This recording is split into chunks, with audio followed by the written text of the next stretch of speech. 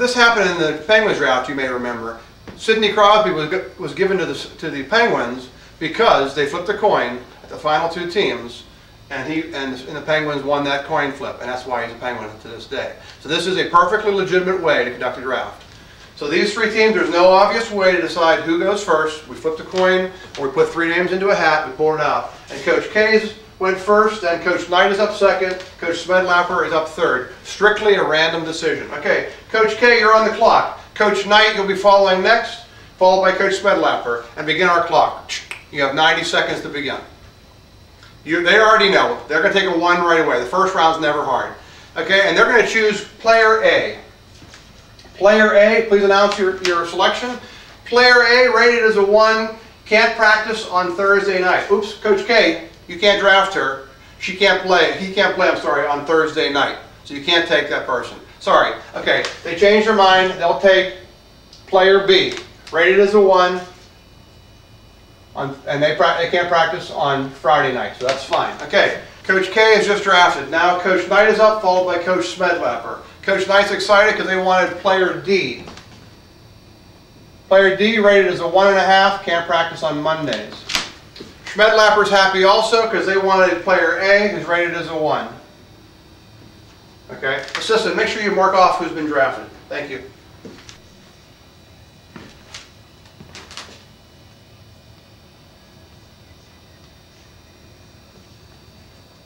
We have just completed round 1. And now we're trying to decide who's going to go first in round 2. Well, all you do is look across the scores. The team with the highest rating, which is actually the worst thing, will go first. The team with the lowest rated players combined will go last in every single round. This way, what you do is you strengthen your weak teams and you weaken your strong teams. Let's look across the board. We got a half, a 1, a 1, a 1, a 1, a 1.5. Guess what? Coach Knight is obviously back up again. Coach Knight drafts first, followed by a tie among these four. They each have 1s. So how do we decide? There is no easy way to decide, so we're going to flip a coin. Or we're going to put their 4 names into a hat and pull out their draft order again. And that's what you do. So we're going to pull out a draft order to make it simple. It's going to be Coach Knight, followed by Coach K, followed by Coach Smedlapper, followed by Coach Butler, followed by Coach Jones.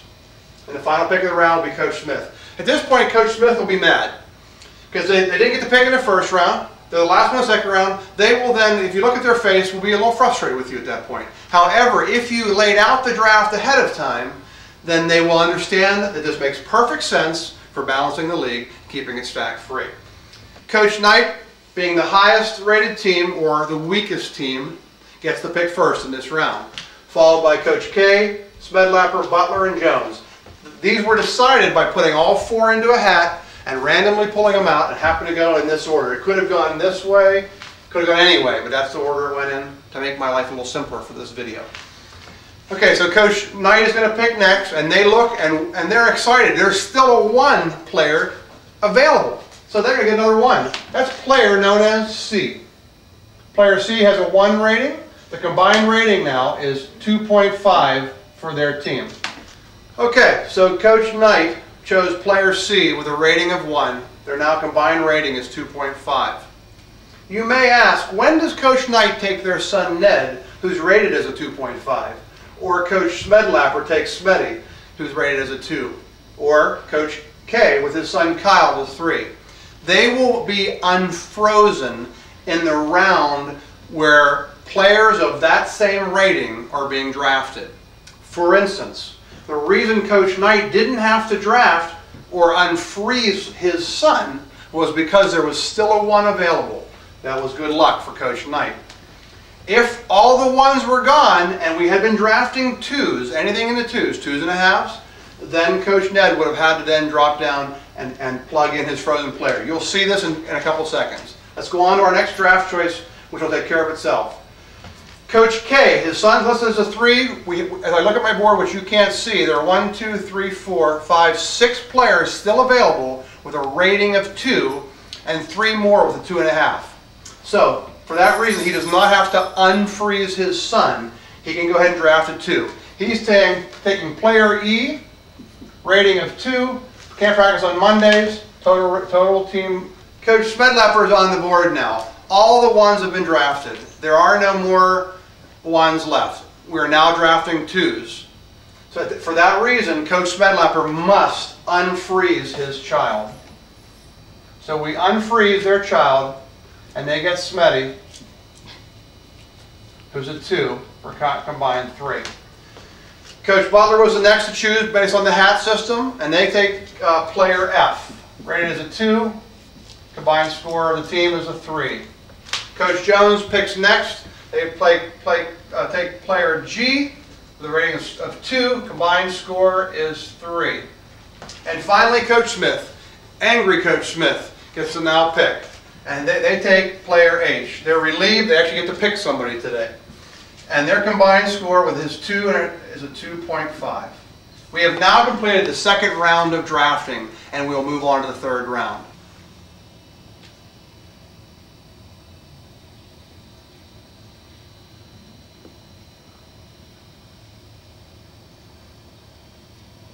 Okay, through 2 rounds, you've now seen the scores. How do we decide who goes first in round number 3? Remember, the weakest team always goes first in every round. So let's look across here. 2.5, 3, 3, 3, 3, 2.5. So our weakest teams are the 4 in the middle. We'll put their names into a hat. We'll pull them up. Okay, and this time, different luck. Coach Jones' game came out first, followed by Coach Butler, Smedlapper, Coach K. So you announce, Coach Jones, you're on the clock, 90 seconds. Coach Butler and Smedlapper, please be ready for your picks as well. We still have 2 2s and 3 2.5s left, okay? So they're going to take player I, J, and K. They're rated as a 2, a 2, and a 2.5. That gives them a score of 5 total, and 5.5 total. Next is Coach K. Coach K takes player L, who's rated as a 2.5. That gives him a score of 5.5. Now we've got a tie. Coach Knight has a combined score of 2.5. Coach Smith has a combined score of 2.5. Who goes first? So in this case, we say Coach Smith says you haven't got to pick much. You call it in the air. Heads, it's tails. He's mad again. Coach Knight gets to go next again. And this guy can't believe it. We're now 3 rounds in. He's picking dead last every single round. And he's mad the whole time.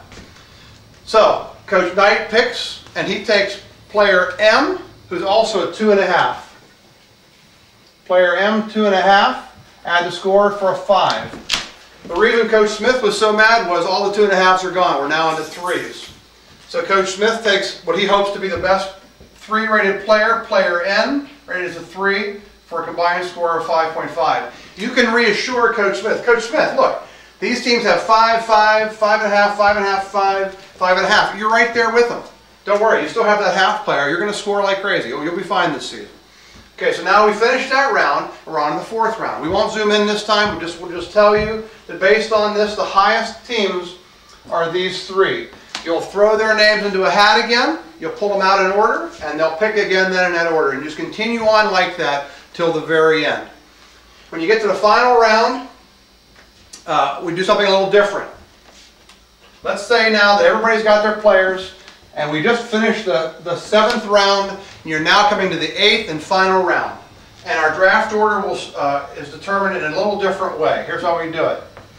In all the previous rounds, the team that was the weakest picked first, and the strongest picked last. But one advantage is to have less players. So as a result, in the final round, the strongest team will pick first, and we'll pick strongest to weakest. So they'll pick the players, and Coach Smith will be mad again because he has to have 8 players, and all these guys are only going to end up with 7 players, and they're going to be very, very happy. And these 3 are going to take the final player Z, rated a 5, Y, rated a 5, and finally player X, rated as a 5. And then you can total scores if you want. You don't have to. And then those are your rosters. The trickiest thing in the draft really is when to unfreeze.